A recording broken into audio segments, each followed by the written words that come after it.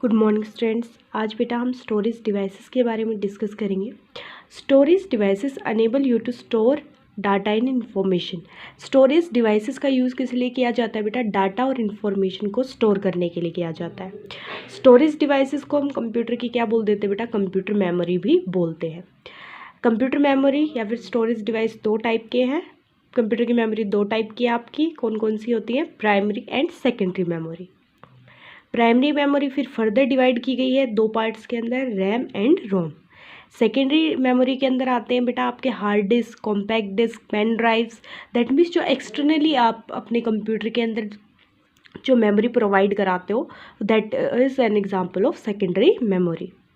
There are two types of computer memory, दो type है, primary and secondary. Primary memory it is often called the working memory, internal memory और the main memory of computer system. Primary memory को working memory बोलते हो। Internal memory that means जो computer के अंदर आपको बिल्ट इन मिलती है, ठीक है। कंप्यूटर के अंदर आपको ऑलरेडी जो मेमोरी मिलती है बेटा, वो क्या होती है? आपकी प्राइमरी मेमोरी, ठीक है। और ये इसको और हम क्या बोल सकते हैं? मेन मेमोरी भी बोल सकते हैं। प्राइमरी मेमोरी दो टाइप की है, रैम एंड रोम। रैम की फुल फॉर्म है रैंडम एक्सेस मेमोरी, रोम की है रीड ओनली मेमोरी। रैम के अंदर हम क्या करते हैं? It is capable of sending end receiving data at very high speed. It is temporary in nature. जो आपका रैम है बेटा, इसकी मदद से हम क्या कर सकते हैं? डाटा को सेंड भी कर सकते हैं, रिसीव भी कर सकते हैं। ओके, ये किस टाइप की मेमोरी होती है बेटा? टेम्परेरी मेमोरी होती है। टेम्परेरी मेमोरी क्यों कहते हैं? क्योंकि अगर आपने क्या किया है बेटा, डाटा को इसके ऊपर स्टोर किया है और अचानक से आपकी इलेक्ट्रिसिटी पावर कट हो जाती है, तो आपका जितना भी डाटा होगा वो यहाँ से क्या हो जाएगा बेटा? गायब हो जाएगा। दैट मीन्स वो यहाँ से लॉस्ट हो जाएगा, ठीक है। So it is also called eight volatile memory, इसलिए हम इसे क्या बोल देते हैं बेटा? वॉलेटाइल मेमोरी भी बोल देते हैं। सेकेंड है read only memory. Read only जो मेमोरी है बेटा, देखो रैम के अंदर आप डाटा रीड भी कर सकते हो, राइट डाउन भी कर सकते हो, बट रोम में रीड ओनली मेमोरी, जैसे नाम से पता चल रहा है, इस मेमोरी के अंदर क्या होता है बेटा? जो आपका डाटा है वो ऑलरेडी आपको रिटर्न मिलता है, उसके अंदर आप कोई भी चेंज परफॉर्म नहीं कर सकते, ठीक है। दैट मीन्स वो एक बार जब आपका कंप्यूटर डेवलप होता है उसी टाइम पे इसको क्या कर दिया जाता है? फिक्स कर दिया जाता है। इसके अंदर आपके जितने भी कंप्यूटर की इंस्ट्रक्शंस होती हैं वो मैन्युफैक्चरिंग टाइम पे ही फीड कर दी जाती है। उसके बाद आप इसको ओनली रीड कर सकते हो, पढ़ सकते हो, उसके अंदर आप कोई भी चेंज परफॉर्म नहीं कर सकते। इसलिए आप इसे क्या बोल देते हो? Non volatile memory. इसलिए क्या हो जाएगी? Non volatile. दैट मीन्स इसके अंदर हम कोई भी चेंज परफॉर्म नहीं कर सकते। नेक्स्ट है सेकेंडरी मेमोरी। सेकेंडरी मेमोरी को हम क्या बोल देते हैं बेटा? External memory. एक्सटर्नल मेमोरी ये डाटा को बेटा बहुत लंबे टाइम तक स्टोर करके रख सकती है। कंप्यूटर के अंदर ये बिल्ट इन नहीं मिलती है आपको, आप इसको एक्सटर्नली ऐड करते हो आपके कंप्यूटर के अंदर, ठीक है। It operate at slower rate than primary memory. इसकी जो स्पीड होती है बेटा वो प्राइमरी मेमोरी से स्लो होती है। Secondary memory is permanent in nature, ये परमानेंट होती है नेचर के अंदर।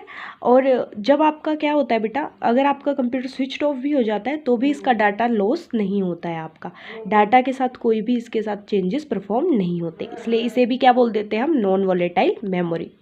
इसकी कॉस्ट बेटा प्राइमरी मेमोरी से क्या होती है? चीप होती है, सस्ती होती है।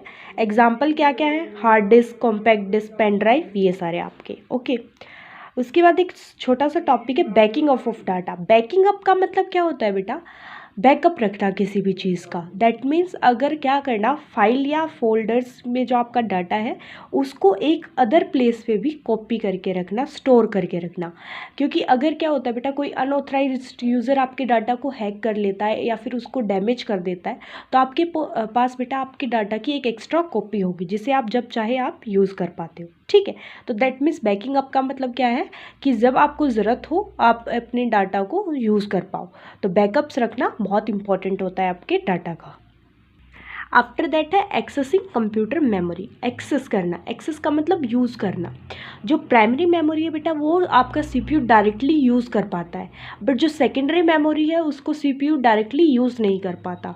उसे यूज़ करने के लिए क्या करना पड़ता है? जितना भी डाटा आपकी सेकेंडरी मेमोरी के अंदर है उसे पहले आपको किस में ट्रांसफ़र करना पड़ेगा? प्राइमरी मेमोरी के अंदर ट्रांसफ़र करना पड़ेगा, तभी आपका सीपीयू उसको यूज़ कर पाएगा, ओके।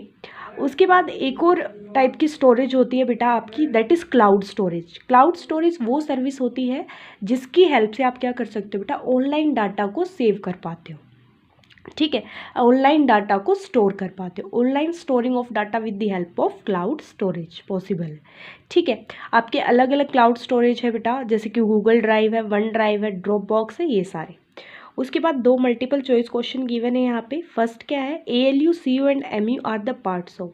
ALU CU MU किसके पार्ट है, वो किसके पार्ट है बेटा, CPU के पार्ट्स है, option B. Blank is a service used for storing data online. कौन सी सर्विस है बेटा जिसकी हेल्प से आप डाटा को ऑनलाइन स्टोर कर पाते हो, तो वो कौन सी है, क्लाउड स्टोरेज, ठीक है। इस पूरा स्टोरिंग डिवाइस के बारे में अच्छे से रीड करना, अगर कोई डाउट हो तो मुझसे पूछ लेना। Okay, thank you.